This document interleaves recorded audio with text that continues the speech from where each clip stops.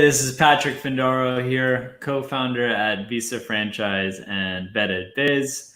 Today I want to talk about 4 reasons not to invest in a trucking or logistics business. This is targeted to those that are looking to buy a business, a small enterprise in the United States. And it's not necessarily meant for those that are looking to invest in a very large publicly traded company like UPS, or another major logistics player like FedEx, for example. This is meant for those entrepreneurs that are thinking about buying trucking or logistics related business. I'm going to give you 4 reasons that can potentially save you a lot of money for why you should not invest in a trucking or logistics related business here in the United States. So behind me, you can see an Uber Freight. You have a lot of big technology companies that are moving into the logistics space, and they don't necessarily have to be profitable right away. Where you, as a hungry entrepreneur, you're going to want to be making a profit as soon as possible to pay for your expenses and your family's expenses. So you're competing with some major technology companies that have a lot more financial resources than you, have a lot more workers than you, and they don't necessarily need to make money. That's not someone that I would want to be competing with in any business. So if you're looking to start your own logistics company or buy a few trucks and do, maybe if you're just a one-man show, it could be potentially lucrative. But if you're looking for a high quality of life and spending time with your friends and family and not working so many hours, logistics and trucking is probably not the best opportunity for you. So again, 4 reasons not to invest in trucking or logistics. One, it's super competitive, as I mentioned. So taking a look at the competition, and you have high profile mergers. I mentioned it's UPS bought Coyote Logistics for $1.8 billion. So there's a lot of mergers happening with the smaller and regional trucking players.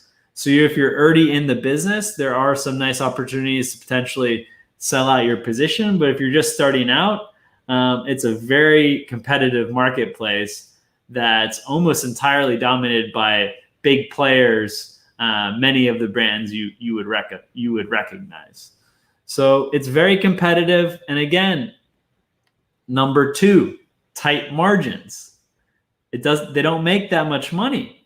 So you're going to be working a lot of hours, and the trucks need a lot of maintenance. It's a very capital intensive business. Fluctuations with gas prices, vehicle and trailer registrations, increasing regulation. There's a big shortage of qualified truckers. So again, those reasons increase the costs. And in itself, one of those contributing factors for the tight margins I want to go through, which is the number 3 point, which is increased regulation. So this is an industry that there's a lot more regulation happening right now. And, unless you're an industry player and you've already been doing this for many years as an incumbent, someone that's buying a business to enter in the trucking or logistics space, you're going to be at a huge disadvantage. So, there's a lot of risk involved in terms of accidents, breakdown. And because of that, the U.S. Department of Transportation has created more regulations on drivers, sleeping hours, etc. While these regulations do increase safety for people like me and you, they have a negative impact on the profitability for most truck carrier businesses. And then number 4, reason why I would not invest in trucking and logistics for a entrepreneur that's looking to start or buy a small business is that you're getting disrupted by technology. So as I mentioned, behind me, you have Uber Freight, which they have billions of dollars, and they have some of the best software engineers in the world. And it's looking like it's going towards driverless trucks eventually.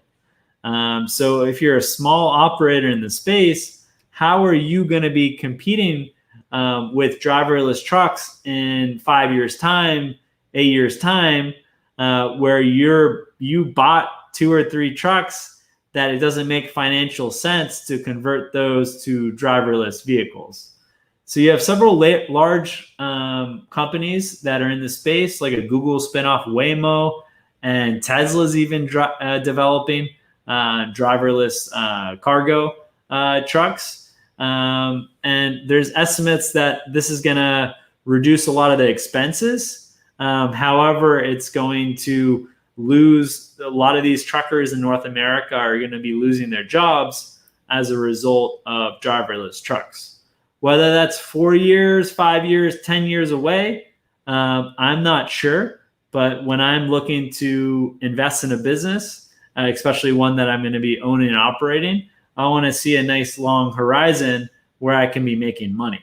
So again, those 4 reasons why you should not consider starting your own trucking or logistics business.